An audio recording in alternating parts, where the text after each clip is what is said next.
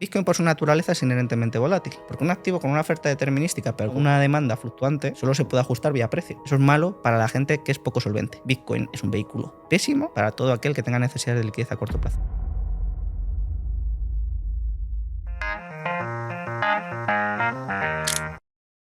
Por ejemplo, cuando tú compras un bien inmueble, tú no compras un bien inmueble sabiendo que va a tener un valor cierto dentro de 20 años específico, ¿no? Sino porque es una manera de protegerte de la inflación, porque es un activo real y tú dejas ahí dinero depositado. Tiene una serie de costes adicionales, ¿no? Pues, por ejemplo, tienes un coste de liquidez muy alto porque para encontrar un comprador tardas entre 3 y 6 meses, ¿no? Tiene unos costes de custodia altos, tienes que pagar la seguridad, la alarma, no sé qué, no sé cuántos, tienes deterioros, tienes goteras, tienes riesgos regulatorios, impuestos, un montón de costes de transacción, de notarios, registradores, de impuestos, de no sé cuánto, ¿no? Sí. Y, sobre todo, si quieres liquidar el bien entero porque necesitas acceder a una parte de tus ahorros, si necesitas acceder a una parte de tus ahorros, tienes que liquidar el bien entero. No puedes acceder a una fracción, ¿no? Pues si entendemos Bitcoin como una especie de oro digital, mejora todo esto, ¿no? ¿Por qué? Porque los costes de custodia en Bitcoin son los mismos para 10.000 euros que para 100 millones, ¿no? No te cambia mucho. Nada. En el ciberespacio no hay deterioro. Entonces no tienes esos costes de deterioro, ¿no?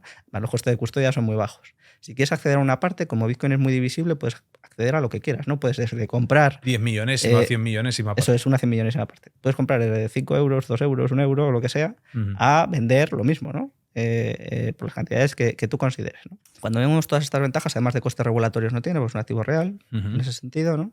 Y no puede cambiar mucho ese coste, ¿no? Cuando ves todo eso, dices, vale, pues esto reduce enormemente un concepto económico precisamente, que es el de Ronald Coase, de costes de transacción.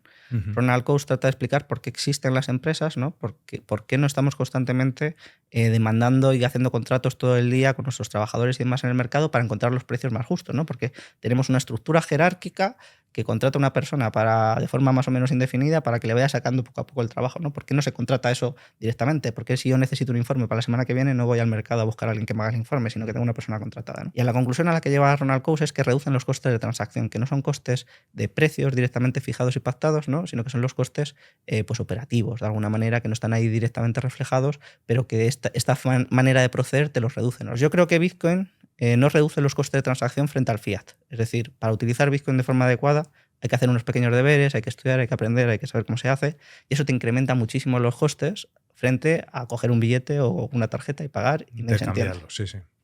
Ahora, frente a los vehículos de ahorro, reduce enormemente los costes de transacción. Porque si yo tengo que buscar un fondo de inversión para invertir, tengo que ver el gestor, tengo que ver en qué invierte, tengo que ver mi tesis macroeconómica sobre cómo va la economía, tengo que hacer un esfuerzo enorme.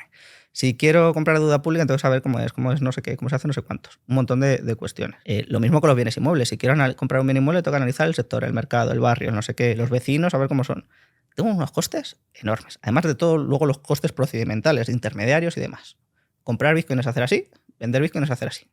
Ya está, no tiene mucho más, ¿no? Tienes que hacer esos pequeños deberes iniciales. La única curva de aprendizaje es la curva de aprendizaje. Es el principio, pero luego ya está, ¿no? Es decir, para una persona que quiera atesorar riqueza a largo plazo, para que quiera transportar su valor del tiempo hoy al futuro, pues este es un vehículo muy cómodo. Bitcoin por su naturaleza es inherentemente volátil, porque un activo con una oferta determinística, pero con una demanda fluctuante, solo se puede ajustar vía precio. Eso significa que siempre va a ser volátil. Es decir, a diferencia del fiat, Bitcoin sí que va a cambiar probablemente todos los años de su existencia más de un 10% en una semana respecto de todos los demás bienes, ¿no? ¿Y eso para quién es malo? Eso es malo para la gente que es poco solvente, para la gente que tiene necesidades de liquidez a corto plazo.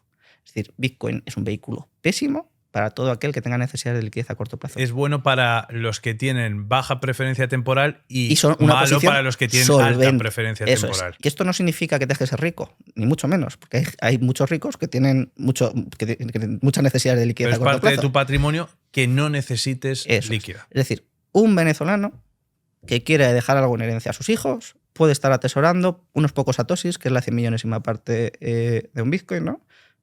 Mes a mes. Pues a lo mejor es 1 euro, a lo mejor son 2 euros.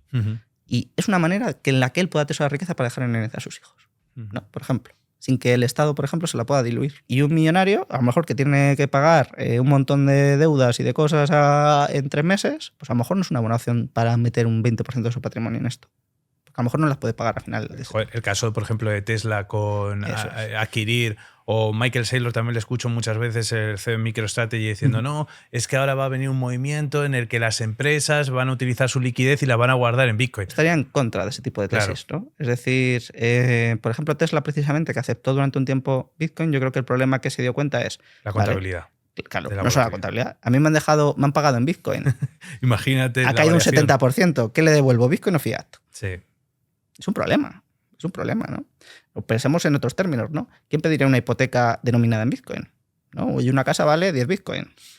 ¿Te vas a comprometer a pagar una cantidad fija de Bitcoin de aquí a 30 años? O las deudas. O las deudas. Bitcoin. Claro, es que es... Porque es deflacionario, ¿no? ¿Quién se endeudaría en esa clase de activo, ¿no? Entonces, cuando tú, como economista, por ejemplo, te acercas a ver Bitcoin y ves ese tipo de cosas, dices, si esto es una alternativa al dinero fiat, pues no va a funcionar. Entonces ya te dices tu discurso de odio a Bitcoin y ya te quedas tan tranquilo como ya he hecho los deberes. Pues no.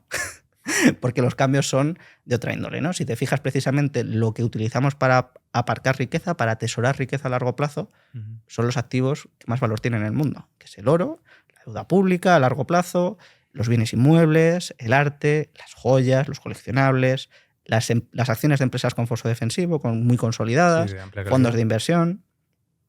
Claro, ese mercado es un mercado inmenso.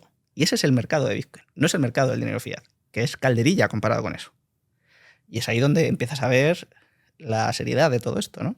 Sobre todo cuando empiezas a ver las consecuencias. Si Bitcoin compite con la deuda pública, para los estados es un problema, porque significa que les quita demanda de su deuda pública y significa que van a tener que subir todavía más los tipos de interés en el futuro, ¿no? De alguna manera van a tener como un proxy de que les va a limitar y que van a decir, oye, cuando se nos va de madre el tema de la deuda pública se van a Bitcoin.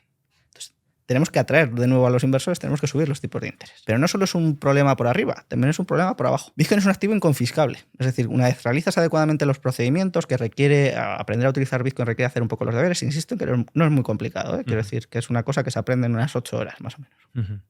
Puedes tener un activo real con privacidad, es decir, la privacidad de los cypherpunks la definían muy bien. A mí me gusta mucho la definición que dan, que es la posibilidad de revelarse selectivamente. Si yo te pago con un billete de 50 euros, tú no tienes por qué saber quién soy yo.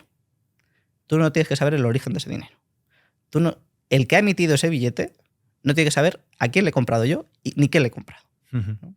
Eso con el dinero digital no lo tenemos. Hay rastreo, hay trazabilidad.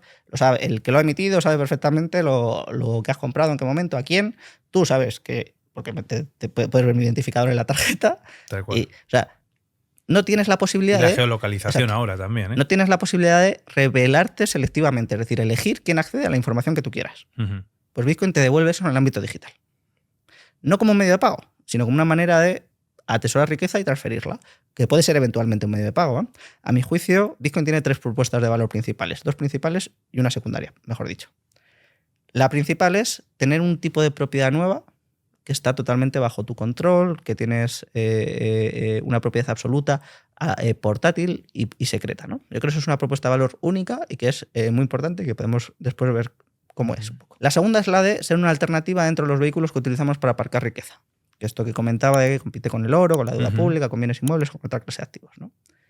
Esa es enorme. O sea, eso es una propuesta de valor enorme. Aunque sea un 1%, un 5%. Es una barbaridad. Es una barbaridad. Y una tercera, que a mi juicio es más residual, que es la de ser un medio de pago, allí donde los costes de utilizarlo como medio de pago son menores que utilizar otras alternativas. Por ejemplo, si tengo que hacer una transferencia a Argentina o recibir una transferencia de Argentina, pues me ahorro un montón de costes, ¿no? Precisamente de costes de transacción. Entonces, tanto la volatilidad como esos costes de aprendizaje son costes adicionales que hay que meter en la ecuación de si me sale a cuenta utilizar Bitcoin o utilizar otras alternativas.